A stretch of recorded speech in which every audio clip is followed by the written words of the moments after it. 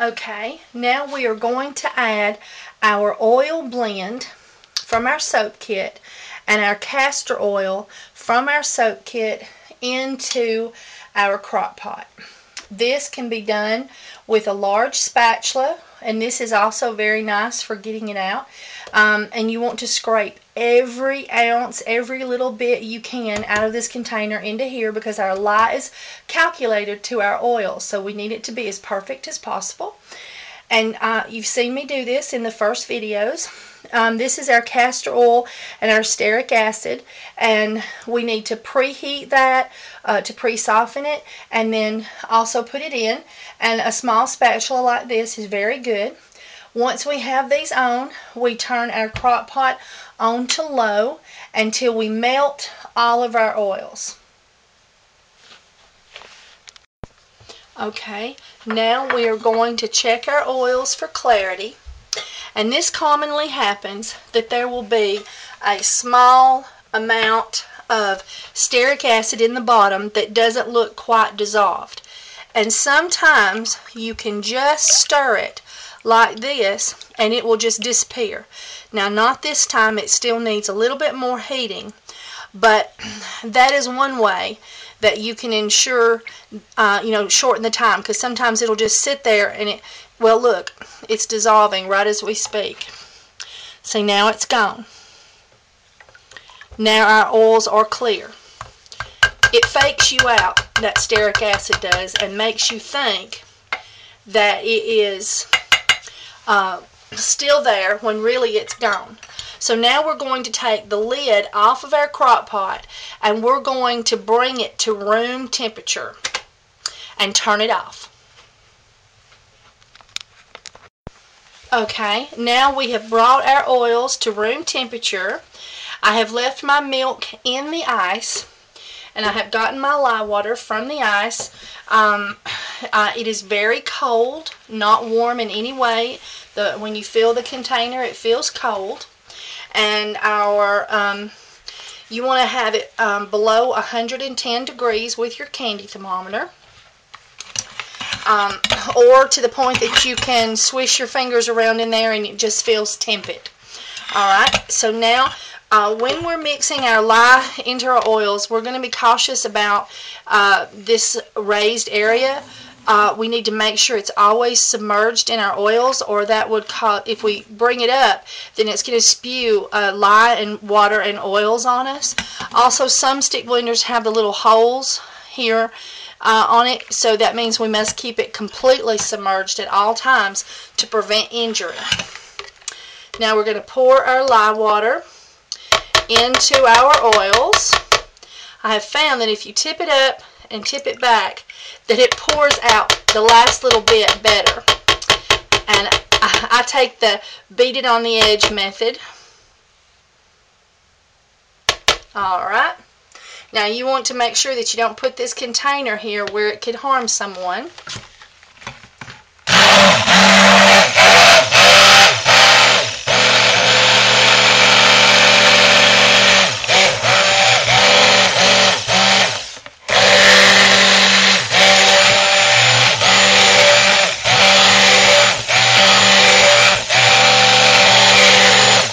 And you want to blend this till you do not see any oil floating around on the top or swirling.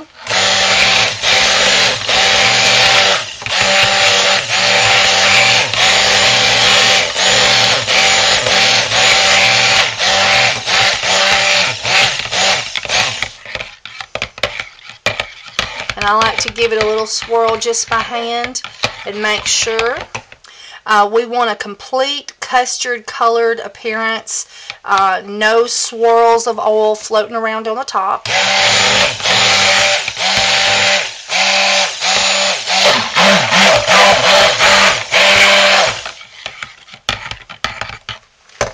Alright, now we're going to tap our stick blender and have a tray available, because the lye is still active in this, and we need to be cautious that that wouldn't drip somewhere that someone would be harmed by touching or stepping on the drops.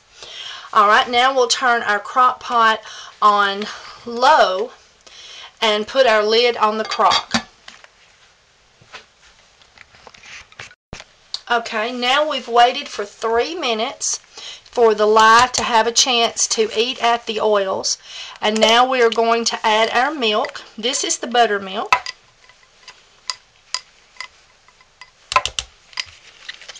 And we will do the same process with the coconut milk. And it's wet from being in the ice water, so it was trying to get away from me.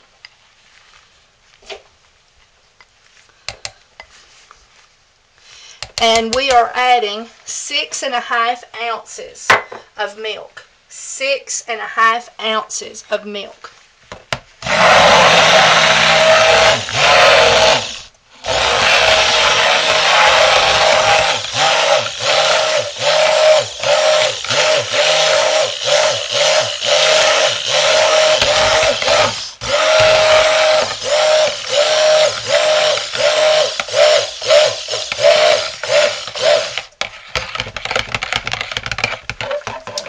Okay, now we are going to add our oats. Well, I can just move it to the side. And I've got 1/4 cup measurer, and we're going to put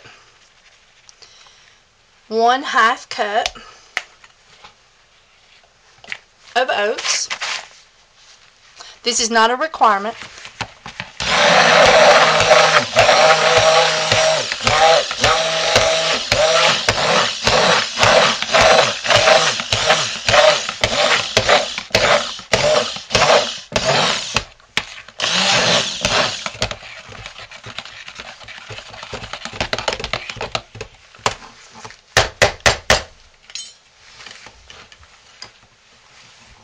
And I'm going to use my spatula to clean off my wand.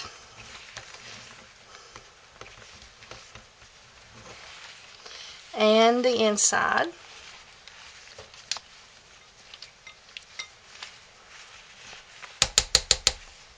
Now remember, this has active lye on it that is not dead, so we must treat it with care. And then I'm going to take my spoon and ensure that any oats around the edges was blended. And then just press it down and do the same with the spoon.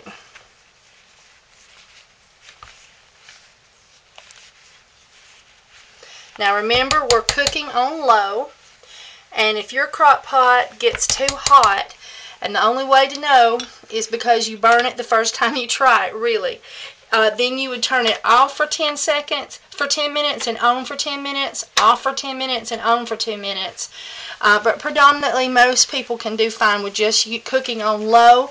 If your crock pot has a warm setting, you can cook it on warm. Okay, now we are going to check our soap. It has only been about 3 or 4 minutes since we blended the two together. And we are going to take and cut the top in a tic-tac-toe fashion. And you will see when it's time to do this, because you'll have some soap bubbling up from the underside. See that? And then you can just flip it. What's happened is this soap has come to gel, and now the heat from the bottom of the crock pot is causing it to melt back into soap. And we just want to blend that up together. And we want to give it an opportunity for all the soap to get into this consistency.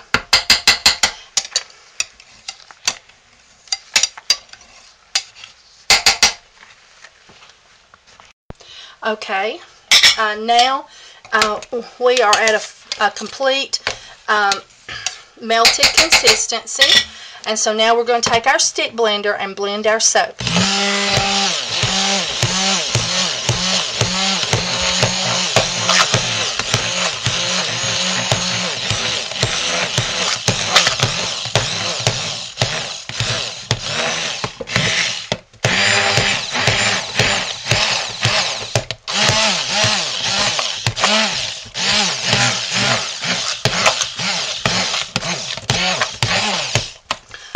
see how we're turning back into soap right here?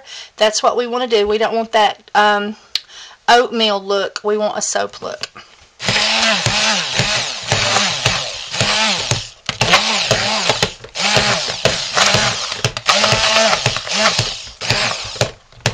Oh, and you turn your crock pot off at this point.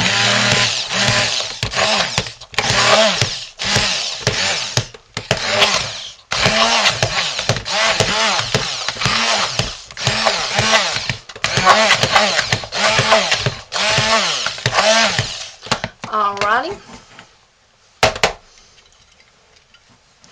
Now we're going to clean our stick blender. And this took all of probably 15 minutes, but depending on how hot your crock pot gets, it depends on how long this will take. And if you burn it, it will stink, and there is nothing you can do about it but throw it out and try again next time. So please watch this video several times. And do not leave your soap during this process. Stay right with this.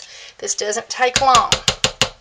Alright, now we're going to add our super fats, but not the super fats that was colored, but the super fat without the colorant, and our honey.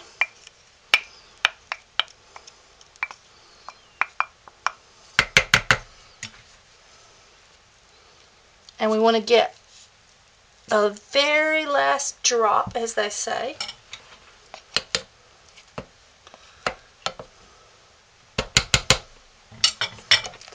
And blend that in well. Oh, the honey smells fabulous.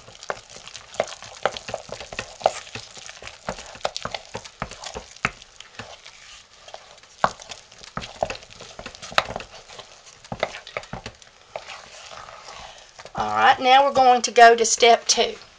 I'll be right back. Okay, now we want to add our essential oils to our soap. But we must get the temperature down to 160 degrees to do that. So I'm cleaning my spoon. I'm leaving the lid off, but I'm going to stir it often. And I'm going to be very careful to keep the sides very clean and keep all the soap down into the solid mass of soap. And I'm going to take my candy thermometer and I'm going to place it in the center of the soap and lean it up against the crock pot. And I'm going to check the temperature. At the same time, I have another crock pot that I'm preheating. You can also preheat by warming a glass bowl or taking an oven dish large enough and preheating it in the oven on 150 degrees. We don't want it broiling, we just want it warmed. And so right now we are at 164 degrees, but I'm going to swizzle because sometimes the candy thermometer needs to get dizzy before it'll tell you the truth. Don't ask me why. Yes, okay, we are now at 180. So we're going to reduce the temperature. Now how we do that is by taking our big spoon and stirring over and under, over and under, over and under, over and under. That will cause the heat to escape. And then we'll put our thermometer back in. Remember, constantly keeping our sides clean.